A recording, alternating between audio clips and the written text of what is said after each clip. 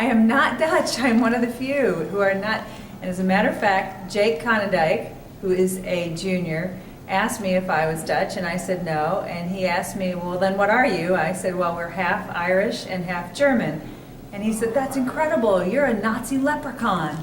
Well, I was born in Pittsburgh, Pennsylvania, which is the home of U.S. Steel, which is where my father worked for many, many years, and the home of the 6-time Super Bowl champion Pittsburgh Steelers, who are the greatest team in the universe, the only ones with 6 Super Bowl rings. Well, when I lived in New York, bumped into a lot of famous people over the years, bumped into Denzel Washington, and let's see, who else? Billy Crystal, we'd see him a lot, and Mayor Bloomberg. But my favorite was Jeff Goldblum, who we bumped into, and he's in a great skit with Will Ferrell where Will Ferrell is Harry Carey. And so I yelled at him, I said, hey Jeff, if the moon were made out of barbecued spare ribs, would you eat it? And he stopped and he actually did the Harry Carey skit with me in Times Square. So that was my highlight.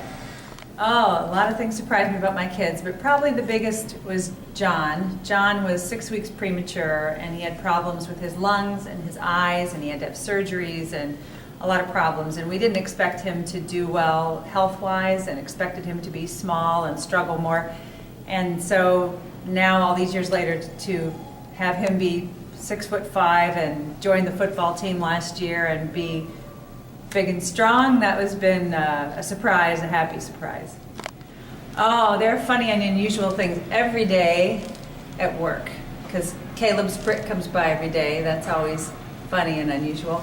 But my favorite was when I first started working here, people were calling for Mr. Stapert, and I thought they meant our former principal, who passed away a few years ago.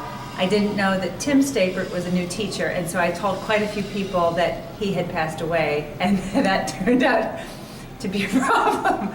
So we had to correct that, Tim did.